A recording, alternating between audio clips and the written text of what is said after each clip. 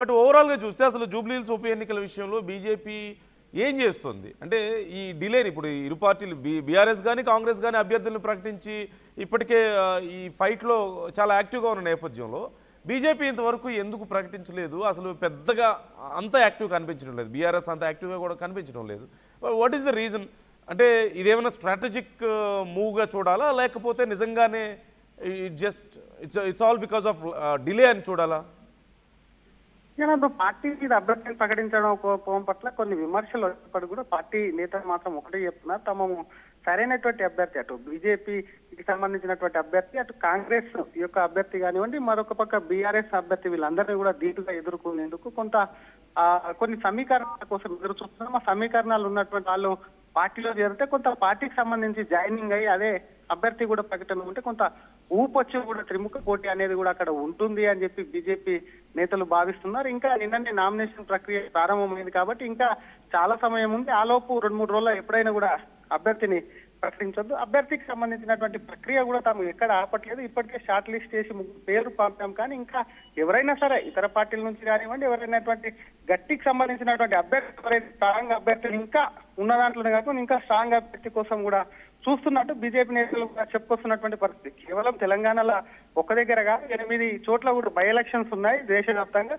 ఆ by election సంబంధించినటువంటి అంశం కేంద్ర పార్టీ, కేంద్ర ఎన్నికల కమిటీ కూడా కూర్చొని నిర్ణయం తీసుకుంటుంది కాబట్టి అక్కడ కేంద్ర ఎన్నికల కమిటీ నిర్ణయం ఉంటుంది. ఇక్కడ అభ్యర్థులు మాత్రం మేము సిద్ధంగా ఉంచామని ఇక్కడ రాష్ట్ర పార్టీ అయితే చెప్పుకుంటున్న సిచ్యువేషన్ ఉంది. కానీ జూబ్లీహిల్స్ లో పరిణామాల్లో, ఎందుకంటే బై ఎలక్షన్ కి సంబంధించి అటు బీఆర్ఎస్ కానివ్వండి, కాంగ్రెస్ కానివ్వండి వెళ్తున్నటువంటి ప్రచారం చూసుకుంటే బీజేపీ వెనకబడ్డదని చెప్పి కూడా సామాన్య బీజేపీ కార్యకర్తలు కొంత ఆవేదన అయితే చెందుతున్నారు. అభ్యర్థిని అయినా సరే తొందరగా ప్రకటిస్తే ఖచ్చితంగా కూడా గట్టి పోటీ ఇస్తాము, గెలిచేటువంటి ఛాన్స్ ఉందని ఇంకా కొంతమంది చెప్తున్నారు. కానీ రాజాసింగ్ చేసినటువంటి వ్యాఖ్యలు ఏవైతే ఉన్నాయో, ఇట్లా రాజాసింగ్ ఈరోజు ఎందుకంటే పార్టీకి సంబంధించి తను బీజేపీ వ్యక్తిని ఒక వైపు చెప్తున్నా, ఇక్కడ కిషన్ రెడ్డిని టార్గెట్ చేసిన, పార్టీని టార్గెట్ చేసిన అల్టిమేట్ గా అటు తెలంగాణ బీజేపీ పార్టీకి నష్టం చేకూరుతుంది. కాబట్టి రాజాసింగ్ వ్యాఖ్యల మీద కూడా కొంతమంది అగనిస్ట్ గా ఫైర్ అయ్యేటువంటి అవకాశాలు ఉన్నాయని చెప్పొచ్చు. Right. Thank you Sridhar, thanks for the details. మొత్తం మీద రాజాసింగ్ చేసిన వ్యాఖ్యలు ఇప్పుడు తెలంగాణ బీజేపీలో సంచలనంగా మారాయి.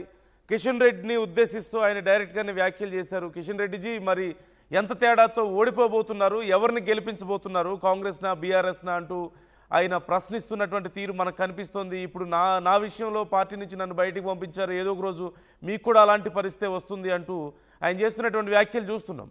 కిషన్ రెడ్డి విషయంలో గతంలో కూడా రాజాసింగ్ ఇలాంటి వ్యాఖ్యలు చేశారు. సో మరొకసారి ఈ వ్యాఖ్యలు చేశారు. మరి కిషన్ రెడ్డి దీని గురించి ఏమైనా రెస్పాండ్ అవుతారా లేదా, బీజేపీ నాయకులు ఎలా డిఫెండ్ చేసుకుంటారు ఈ విషయంలో అనేది ఒక అంశం. అయితే నిజంగానే అసలు జూబ్లీహిల్స్ బై ఎలక్షన్స్లో ఏం జరుగుతుంది, బీజేపీ ఎందుకు స్లోగా ఉంది, మరి అభ్యర్థిని ఇంకా ఎందుకు ప్రకటించలేదు, కసరత్తు జరుగుతుందా లేదా, అక్కడ బాధ్యత అంతా కూడా పూర్తిగా కిషన్ రెడ్డిది అని బీజేపీ కీలక నాయకులు అందరూ చెప్తున్నారు. ధర్మపురి అరవింద్ కూడా దీని గురించి మాట్లాడారు, బీజేపీ అధ్యక్షులు అదే చెప్తున్నారు. ఇప్పుడు రాజాసింగ్ కూడా ఆయన్నే అడుగుతున్నారు. మరి కిషన్ రెడ్డి ఇంతవరకు దీనికి సంబంధించి ఏం స్పందించలేదు. అసలు పోటీ చేస్తారా లేదా, ఎంఐఎంని కూడా ఇందులో కలుపుతున్నారు, ఎంఐఎం ఎందుకు పోటీ చేయలేదు అని. సో ఆయన ఉద్దేశం ప్రకారం చూస్తే ఆయన చేస్తున్నటువంటి వ్యాఖ్యలను మరో కోణంలో అర్థం చేసుకుంటే దేర్ ఈజ్ సమ్ ఆల్రెడీ ఇప్పటికే ఒక ప్రీ ప్లాన్డ్ అప్రోచ్ ఉంది ఈ విషయంలో, ఆల్రెడీ ఒక అండర్స్టాండింగ్ ఉంది అన్నట్లుగా ఆయన చేస్తున్నటువంటి వ్యాఖ్యలను అర్థం చేసుకోవచ్చు అని కూడా కొంతమంది అంటున్నారు. సో మీకు ఎలా అర్థం అవుతున్నాయి రాజాసింగ్ చేస్తున్నటువంటి వ్యాఖ్యలు, మీరు ఎలా అర్థం చేసుకుంటున్నారు? కిషన్ రెడ్డిని ప్రత్యేకంగా టార్గెట్ చేసి ఎందుకు ఇలా కామెంట్ చేశారు? అంటే ఆయనదే బాధ్యత కాబట్టి ఆయన్ని టార్గెట్ చేసి కామెంట్ చేశారు అనుకుంటున్నారా, లేకపోతే గతంలో కూడా వాళ్ళిద్దరి మధ్యలో కొన్ని సమస్యలు ఉన్నాయి కాబట్టి ఆ ఉద్దేశంతో చేశారు అనుకుంటున్నారా? అసలు జూబ్లీహిల్స్ ఉప ఎన్నికల విషయంలో బీజేపీ వైఖరిని మీరు ఎలా అర్థం చేసుకుంటున్నారు? కారణం ఏంటి? ఈ డిలేని మీరు ఎలా అర్థం చేయాలి? కనీసం అభ్యర్థిని కూడా ప్రకటించకపోవడాన్ని మీరు ఎలా అర్థం చేసుకుంటున్నారు? Is it A strategy or else ఇక ఏదైనా స్లోగా వెనకబడిపోయి ఉంది అని మీరు అనుకుంటున్నారా? కామెంట్ చేసే ప్రయత్నం చేయండి, మీ అభిప్రాయాలు కూడా